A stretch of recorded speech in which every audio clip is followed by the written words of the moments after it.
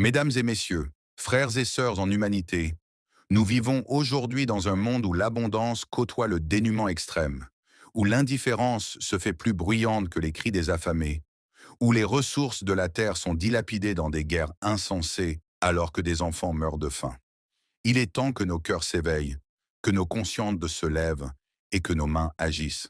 Regardons autour de nous. En Somalie, la sécheresse répétée, les conflits armés et l'instabilité politique ont plongé des millions de personnes dans une famine sans nom. Des familles entières n'ont plus que l'espoir comme repas quotidien. Au Soudan du Sud, des décennies de guerre civile ont laissé un peuple brisé, affamé, déplacé. Des mères regardent leurs enfants dépérir sans pouvoir leur offrir un morceau de pain. Est-ce cela le monde que nous voulons construire? En Palestine, notamment à Gaza, des civils, des innocents, vivent l'enfer sur terre. Les bombardements incessants, les blocus, les destructions de maisons, d'hôpitaux et d'écoles sont devenus leur quotidien. L'accès à l'eau, à la nourriture, aux soins de base est devenu un luxe inaccessible. Et cette liste ne s'arrête pas là. Le Yémen, l'Afghanistan, Haïti, la République centrafricaine, le Niger, des nations entières saignent dans le silence. La pauvreté extrême, la malnutrition aiguë, les déplacements massifs sont autant de blessures béantes sur le corps de notre humanité. Pourtant, nous vivons à une époque où les milliards coulent à flot dans l'armement, où des fortunes entières sont englouties dans le financement du terrorisme, la course à la technologie de destruction, les dépenses futiles et luxueuses. Combien de puits auraient pu être creusés? Combien d'hôpitaux auraient pu être construits? Combien de vies auraient pu être sauvées? Allah, dans son infinie sagesse, nous avait avertis.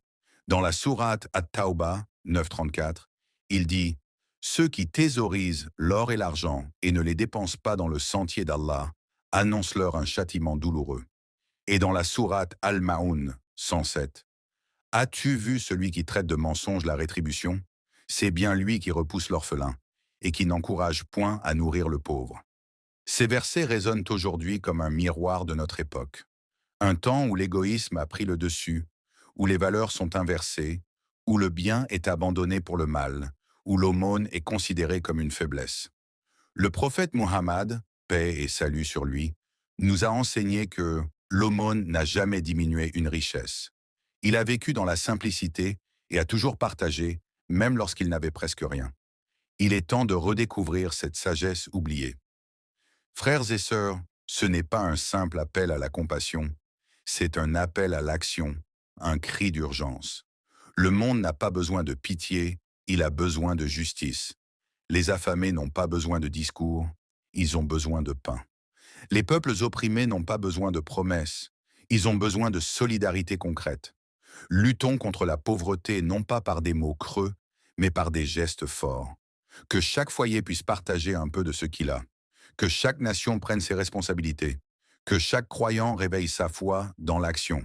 C'est ainsi, et seulement ainsi, que nous pourrons espérer mériter la miséricorde d'Allah et rétablir un peu d'équilibre sur cette terre.